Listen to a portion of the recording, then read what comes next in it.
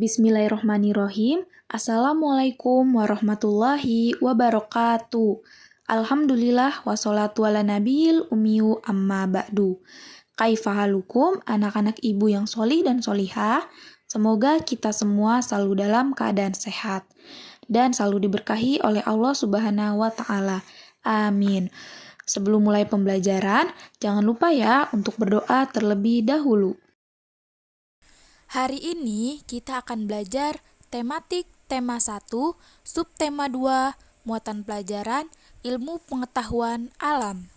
Minggu lalu kita sudah belajar mengenai bunyi dan sumber bunyi.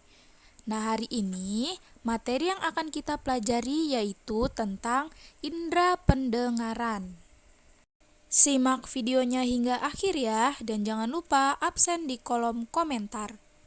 Indera pendengaran manusia. Kita mendengar suara atau bunyi melalui telinga.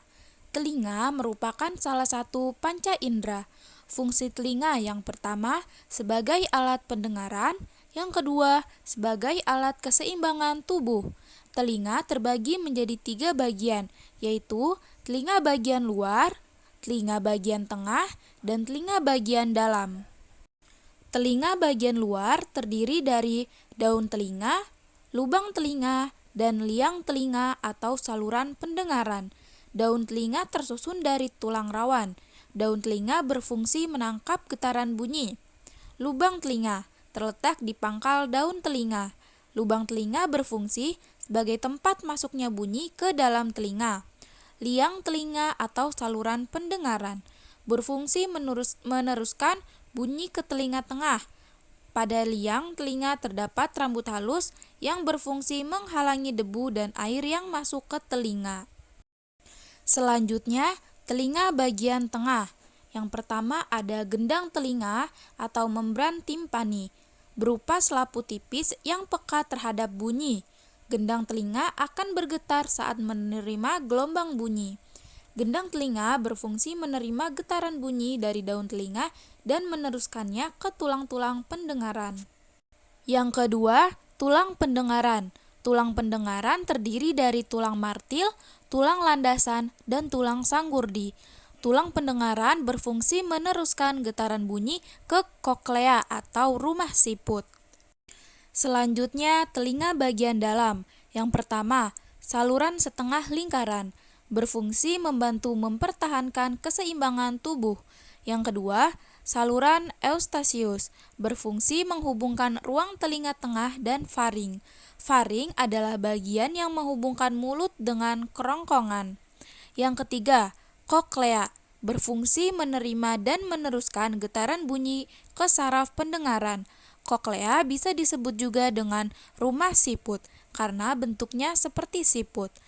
Yang keempat, saraf pendengaran, berfungsi meneruskan bunyi ke otak. Perhatikan gambar bagian-bagian telinga berikut ini.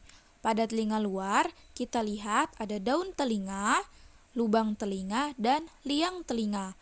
Kemudian masuk ke telinga bagian tengah, ada gendang telinga dan tulang-tulang pendengaran. Kemudian, telinga bagian dalam, ada saluran setengah lingkaran, koklea atau rumah siput, dan saluran eustasius. Proses mendengar bunyi. Bagaimana prosesnya sehingga kita dapat mendengar? Yang pertama, adanya getaran dari sumber bunyi. Kemudian gelombang bunyi ditangkap oleh daun telinga. Gelombang bunyi merambat di liang telinga. Selanjutnya bunyi menggetarkan gendang telinga. Getaran liang telinga menggetarkan tulang-tulang pendengaran, lalu koklea atau rumah siput menangkap getaran dari tulang-tulang pendengaran dan mengirimnya ke saraf pendengaran, dan kemudian saraf pendengaran mengirimkan rangsangan bunyi ke otak, otak menerjemahkan bunyi yang didengar. Itulah proses sehingga kita dapat mendengar bunyi atau suara-suara dari luar. Materi selanjutnya yaitu kepekaan telinga sebagai indera pendengar. Telinga manusia dapat mendengar bunyi dengan frekuensi 20-20.000 Hz. Ada orang yang dapat mendengar bunyi lemah atau pelan dan ada orang yang dapat mendengar bunyi kuat atau keras. Indra pendengar yang baik dapat mendengar dengan jelas asal sumber bunyi dan tinggi rendahnya bunyi. Kemudian, memelihara kesehatan telinga. Telinga perlu dirawat kebersihannya agar tetap sehat.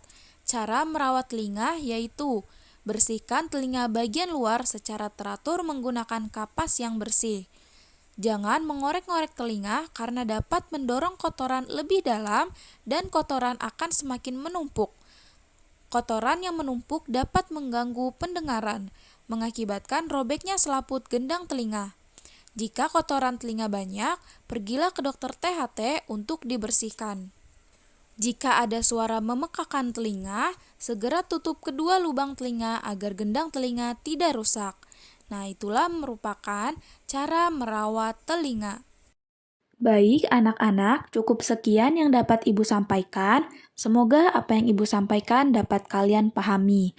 Jangan lupa untuk membuat catatan atau rangkuman di buku tulis semenarik mungkin, kemudian kirim ke guru pengampu yaitu Ibu sendiri melalui japri WhatsApp. Sekian yang dapat Ibu sampaikan. Kurang lebihnya Ibu mohon maaf. Kita tutup dengan doa penutup majelis. Subhanakallahumma wa bihamdika asyhadu alla ilaha illa anta astaghfiruka wa atubu ilaihi.